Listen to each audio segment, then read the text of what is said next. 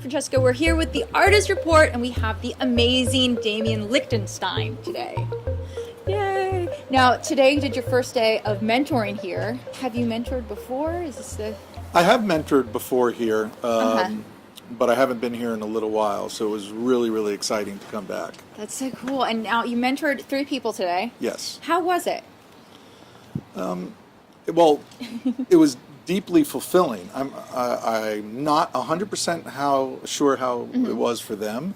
There were a number of mentors, and we were working together to do our best to impart, whatever realm of wisdom and knowledge that we have to share.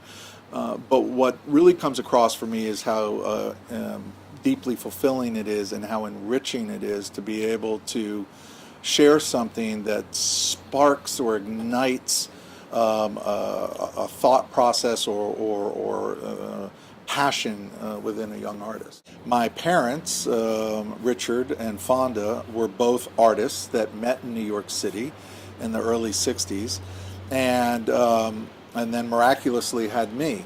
So the earliest image I ever saw of myself was I was a little baby, just over a year old, and I had climbed on to one of my mother's canvases that she just gessoed. That's a white paint.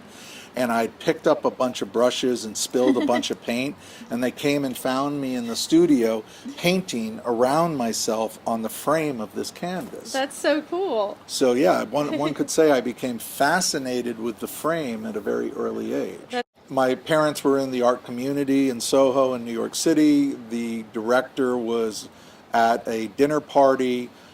He saw me engaged in a conversation, had me come in and audition for this particular play, and I booked the role. What was the play?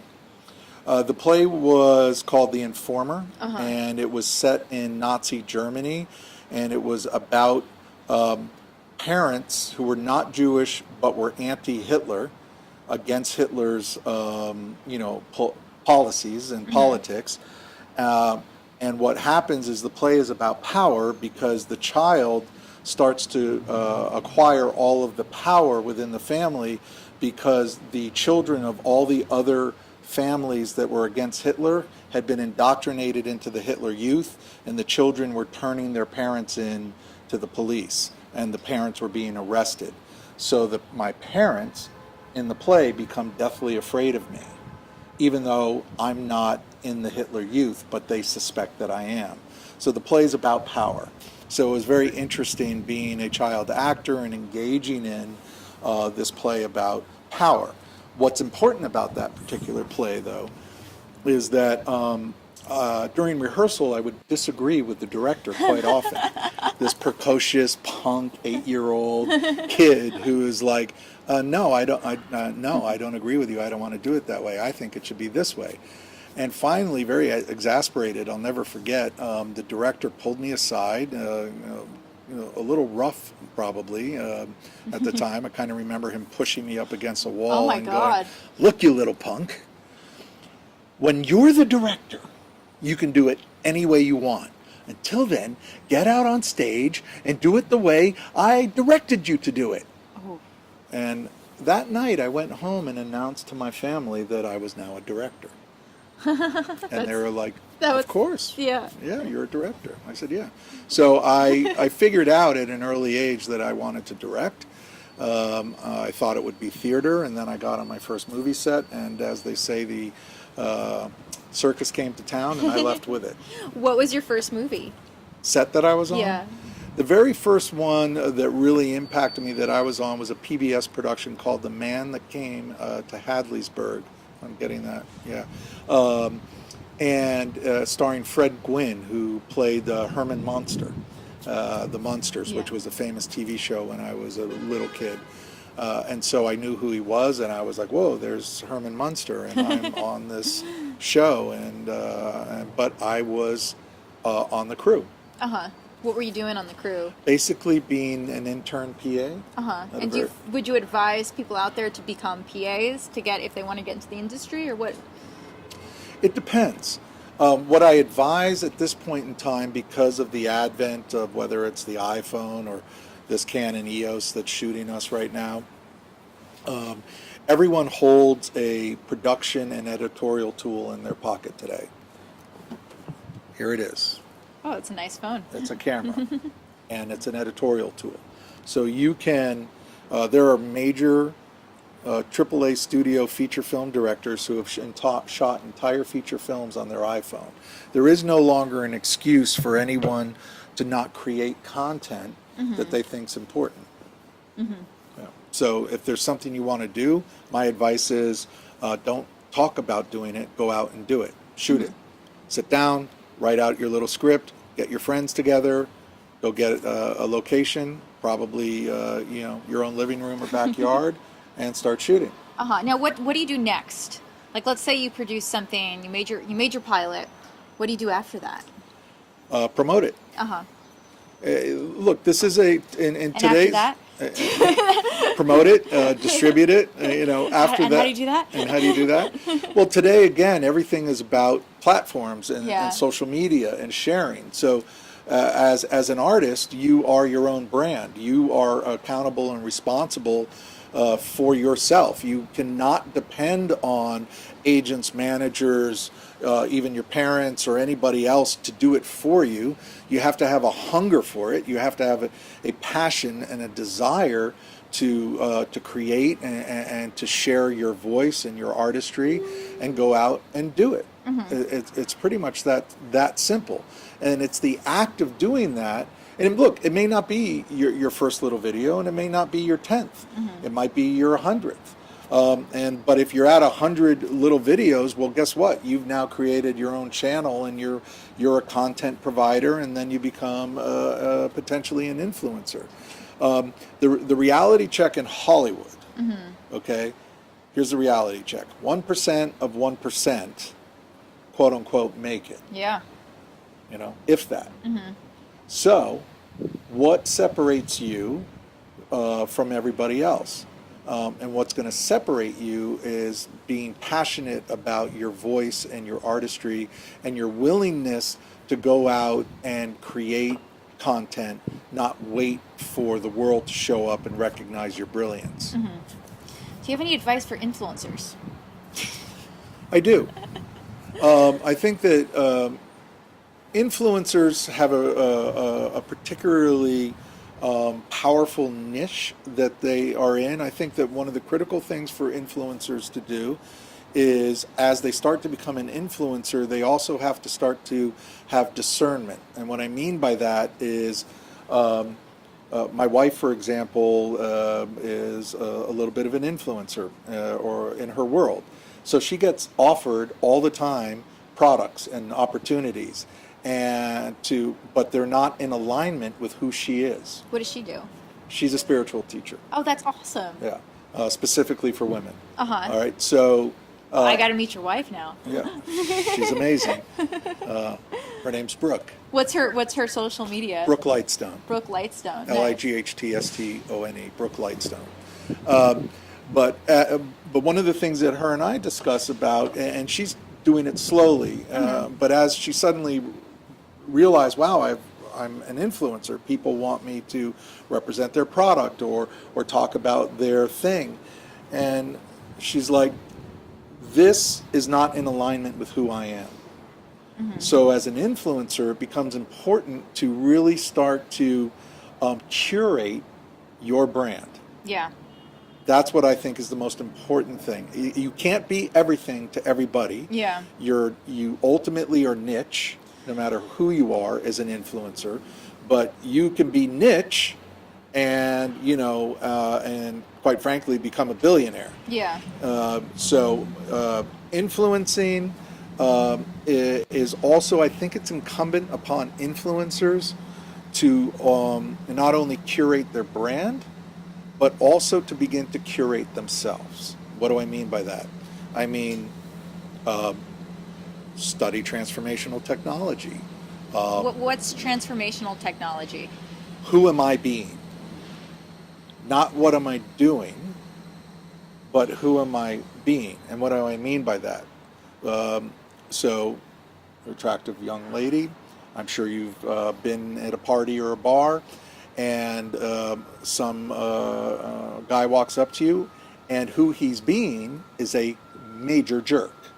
He might be good looking and cool, might have driven in a cool car, but he is not being a good person. Like the way he's speaking, the way he's articulating, the energy that's coming off of him, because somewhere there is something that is not dealt with at the level of that person's ego. So when you go to work on your being, and that's what I mean by transformational work, how can I transform myself from who I am now to the next level of who I could possibly be? And I think the more that someone transforms themselves, there are like in the world of influencers, especially on the internet, loud, angry voices get a lot of attention. They do. Right? Why is that? They do. And I don't want to be that voice. Exactly. So do you want to be that voice? And that becomes a curation. And if you don't want to be that voice, then what voice do you want to be? So then it becomes, and look, think of it like, what's a good analogy? Martial arts. When you start in martial arts, you're a white belt. And then depending on what style, then you're a blue belt, then you're a yellow belt, then you're a green belt, then you're a brown belt, then you're a black belt. But when you become a black belt, you start all over again. First degree black belt, second degree, third degree, it keeps going up. Yeah. But the point I'm making is that you're working your way up, and you're earning your way in your skill sets and in the discipline that you are committed to. So if you want to be an influencer who's influencing people to a higher state of consciousness, a more open heart, more inclusive in society, less about fear and more about love, then educate yourself in that arena. If you want to be an influencer who's about anger and fear and not inclusiveness, but rather being exclusive in your own little pissed off club, then that's easy to do. Yeah. What about comedy? Like comedy videos? Like if you make comedy videos, like where does that stand in the? Comedy's hard. Like when you're on the filmmaking side as a writer and a director, and I've done comedies and worked with a lot of famous comedians. It's hard. Yeah. I would actually say comedy is harder. Good comedy is harder than drama. It's harder than action. It's very difficult. How many funny movies come out and you go to watch that movie and you're like, this is not funny. It's not. Yeah. The writing's not funny. The performance isn't funny. It's not funny. I'm not laughing. Ha ha. Or you go see other movies and you're just roaring in laughter because it's so great. I love comedies. I love to laugh. They're hard to make. They really are. And that's why bloopers work really well, because they're mistakes that someone wasn't trying to do. But in that mistake, it was brilliantly funny. So comedies, great. Everyone that's interested in comedy should try and make a comedy. But they are hard to do. They're very hard to do. Well, what are you working on right now? You said you couldn't really talk about what you were working on. Michael had told me you do a lot of video game stuff. Do you want to talk about any of that? Sure. Well, I have a lot of gamers. Sure. By passion, I'm a filmmaker. I'm also a game creator and developer. That's so cool. Can you talk about the games? Some of them, sure. Yeah. I was a co-creator on a game called Payday. And as well as writing, producing, directing the most of the web series for that, as well as co-creating on the game side. I helped make John Wick VR game, the Walking Dead VR game, a bunch of. Yeah. I'm working on 2 other games right now that I can't talk about at the moment. And I'm also developing a major sci-fi motion picture that is married to a major game, and they're being created together at the same time. Wow. So you're writing it, producing it, and directing it. Wow. The movie and the game. Like, how do you get in the zone to write these projects? Well, the secret to writing is writing. And I mean that. It's like earlier today, Shane Black was here. He's a famous writer and director, all the way back to Lethal Weapon, and one of my favorite recent movies he did was Iron Man. I would think it was Iron Man 2. Anyway, but even Shane was talking earlier about how someone will come in and go, I have this incredible, brilliant idea for this script or this, this novel I'm going to write, and Shane's like, great, here's a desk in my house, and here's a computer. Go ahead. What do you mean? Go ahead, write. No, I'm going to write it. No, you're not. You're going to talk about the fantasy of writing it. But if you're going to write it, you're going to sit down and you're going to punch words, or with technology, speak words and have them type out for you, and you're going to write. So, if you really, if you want to write and you're a little stuck in writing, there's a great place called Writers Boot Camp. Look it up in Los Angeles. Phenomenal place. They will teach you how to write. Any film or TV pilot in any genre you can learn quickly. Now, last question, because this is the Artist Report. Do you have any tips out there? One of the greatest places you can be on a movie or TV show is in the middle of the action. One of the number one places to be in the middle of the action is as a stand-in for the lead. Wow, yeah. You will actually spend more time on the set than the lead does, because they need to light you, they need to practice with you, they need you to walk it, they need a basic performance out of you. The director is going to talk with you, the DP is going to talk to you, so if you can get stand-in work, if you can get extra work, all those things are important. But more important than any of that, it's back to what I said at the top. Here's the tip. Stop waiting for someone else to recognize your brilliance and go out and create the brilliance yourself. That's it.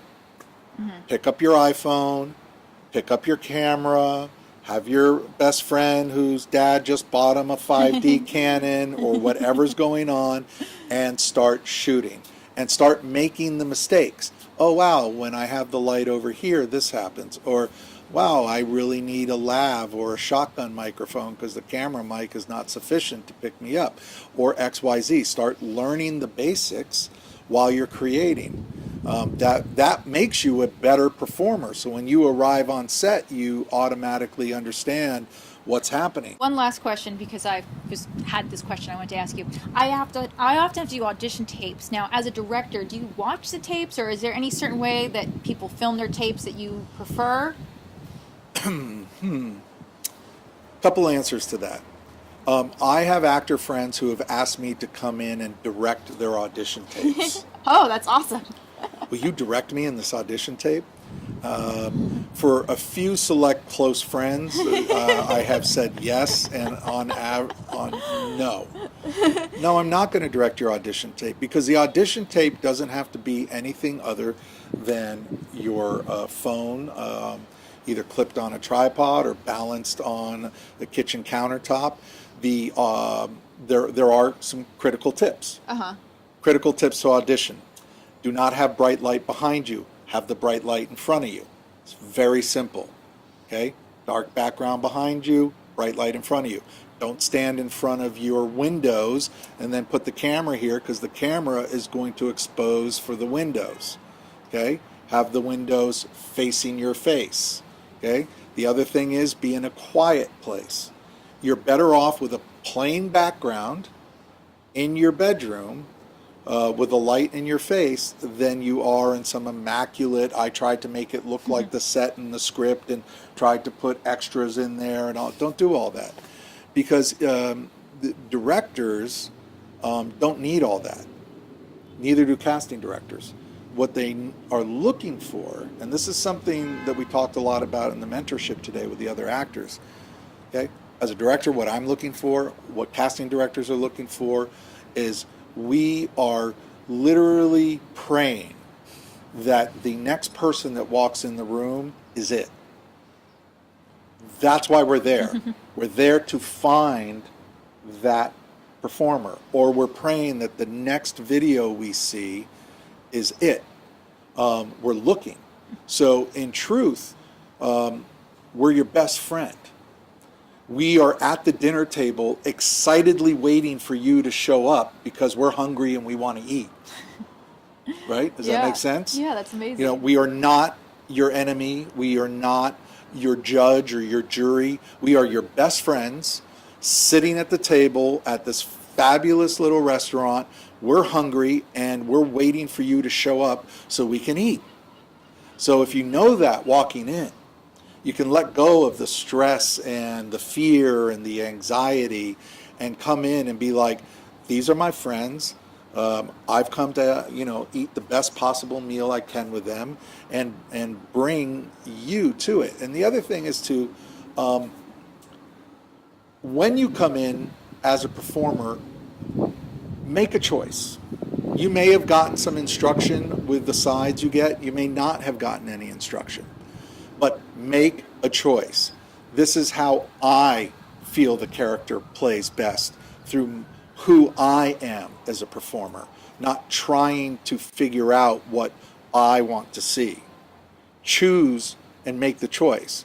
And as a director or a casting director, I may or may not like the choice, but I will love the fact that you made one. Mm-hmm.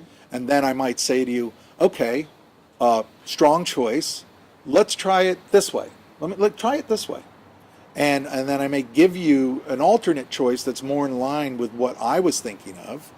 And then if you can nail that or come even close to it, not even having worked on it that way, then I'm like, okay, I'm dealing with a talent. Mm-hmm. Someone who knows how to make a choice, mm-hmm. who comes prepared, mm-hmm. and also can pivot and take direction. Because that's what direction is. Direction is me articulating what it is that I want to see from your performance, what I'm looking for, because I'm holding a larger vision. Mm-hmm. And you are a critical part of that larger vision if I'm directing you. Meryl Streep said something brilliant, and arguably one of the greatest living actors today, right? She said, I give voice to a soul that doesn't have one. Wow. Right? Yeah, it's deep. It's deep.